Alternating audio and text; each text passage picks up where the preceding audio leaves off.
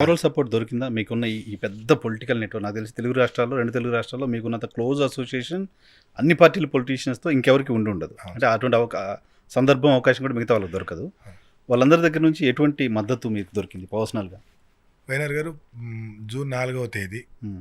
ఒక రకంగా ఎవరికి ఇది సంభవించదు. ఎందుకంటే పేరు, పరువు, గుర్తింపు, సమాజంలో ఉన్న పరిచయాలు, రావాల్సిన డబ్బు క్లయింట్ల దగ్గర నుండి హ్మ్. ఇన్ని ఒకే రోజు కోల్పోవటం ఇంకెవరి దగ్గర జరగదండి. నాకు సంభవించినది. హ్మ్. ఎవరికైనా ఒక రోజు పేరు 24 అవర్స్‌లో ఒక్కసారిగా ఎక్కడో ఉన్నారు.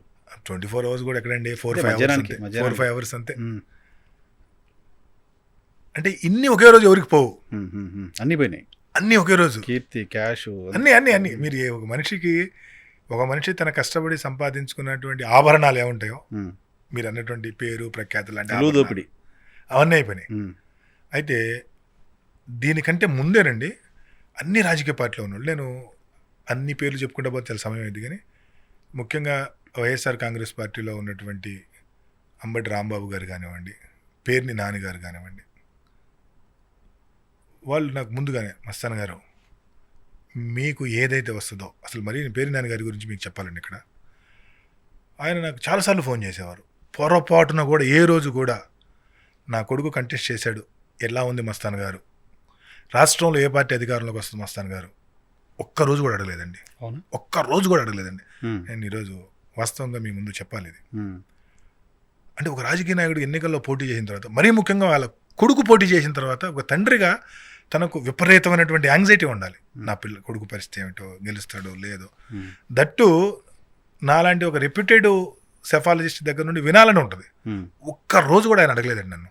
ఓహ్! హ్మ్. అడగకుండా ఆయన మస్తాన్ గారు చాలా కష్టపడి మీరు ఈ స్థాయికి వచ్చారు, ఈ మీ ప్రయాణాన్ని నేను అబ్జర్వ్ చేసిన తర్వాత ఈరోజు ఇంతమంది మీ పట్ల, మీ మాట పట్ల విశ్వాసం కలిగి ఉండటానికి కారణం మీరు అవలంబించినటువంటి విధానం, మీ నిజాయితీ.